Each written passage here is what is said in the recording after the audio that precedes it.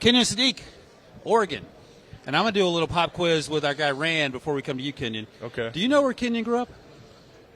In the house with his parents? In the house with his parents. Correct. But this is becoming the state for tight ends because Colston Loveland also is from your home state. Where are you from? Idaho.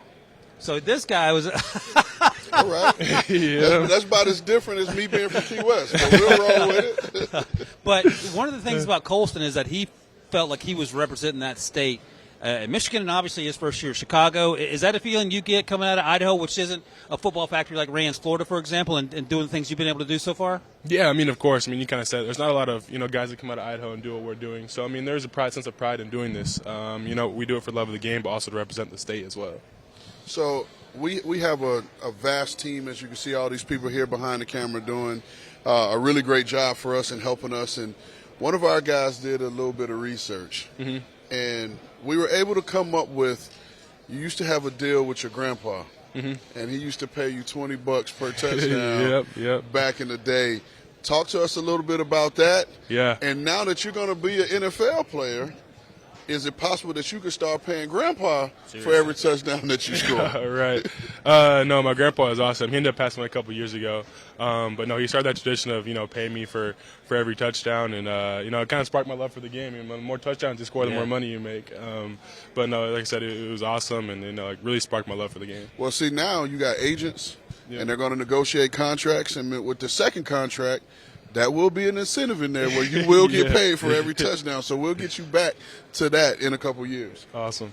So one of the things, we spent a lot of time talking about you on the podcast going back to last summer, and one of the things that was most impressive is your versatility on special teams. And I don't mean you're a gunner or a protector. You're like taking snaps. You're doing extra points in terms of direct snaps to you. Talk about some of the guys that you looked up to as you were growing up. And they don't have to be tight ends, but just football athletes, because there's so much that you can do when you get on a football field. Yeah, I think this is another Idaho guy, but a great guy, Taysom Hill. He has a lot of everything. Obviously, I don't throw the ball like he does. I'm just not good at that. But no, it's just the versatility I think speaks a lot. I think it provides a lot of value to the team. If you can help on special teams, help in the run game, help in the pass game, I'm obviously going to be around a lot longer. So no, I think it's just speaks about my game and who I am as a character. So you've been visiting with a lot of teams here at the Combine. Have any teams given you a player that they compare you to? Have you heard any comparisons that way? And if not, I got one for you. You just let me know what you've heard. No, I don't think I've given they give me a direct comparison. Have you heard the comparison to you with Evan Ingram? Yes, I have. Like even just you guys' body type, the way you play the game, your ability to drop your weight, get in and out of breaks is very, very similar. And we saw where he went in the draft and the success he's had. And I really do think he can come in and have that same type of impact. He's a better blocker, though, I think. Oh, yeah. Different level of want to. Yeah, I will. Different level of want to. Yeah. So are you going to run a 4.4? Yeah. There we go. That was confident. That's Evan Ingram. That's right. There we go. So one of the questions I like to ask all the guys that come here on set, what's your plan for draft night in terms of where you plan to be? Yeah. And when you hear your name called, are you going to cry?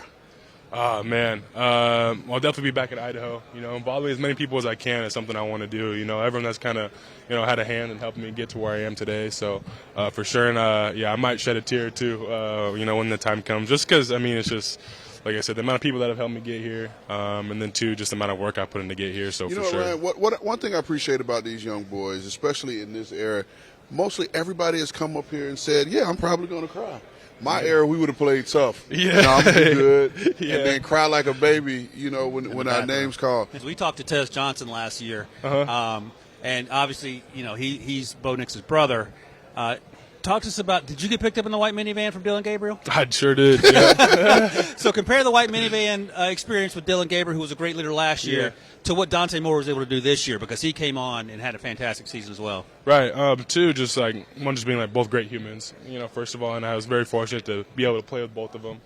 But yeah, definitely a bit different personalities. Coming out, DG loved the guy, and Dante loved them too. But like I said, Dante, has a very mature mindset. Obviously, I think that speaks of one, coming back this year, but two, putting himself in a situation to come and sit a year behind Dillon and kind of learn. Yeah, that's right. So I think that speaks a lot on him. But I was super fortunate to play with both. Do you know the white minivan story? I do not.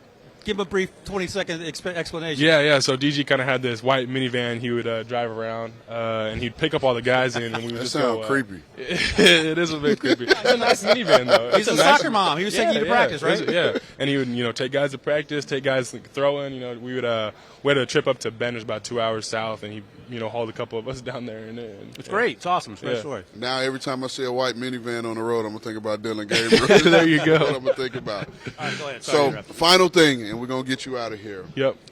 We're gonna ask you to build your perfect tight end, and we're gonna give you some categories, and you get to pick any tight end, past or present. And you can only use them once.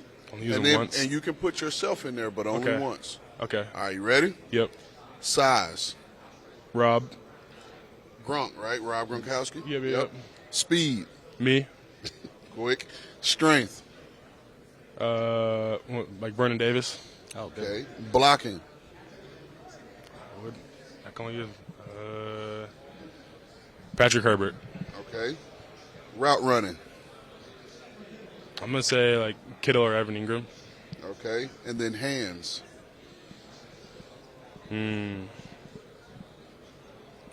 Best hands. I'll give it to Kelsey. Nice. Are you going to take that tight end in the top 5? Yeah, absolutely. I'm going to take that one in the top 5, too, by the way. And by the way, shout out to Patrick Herbert. This is Patrick Herbert's biggest fan right here. So congratulations to Patrick. Congratulations to Kenyon Sadiq. Thank you for doing this, Kenyon, and we cannot wait to see you next year. Appreciate it. Thank you, guys.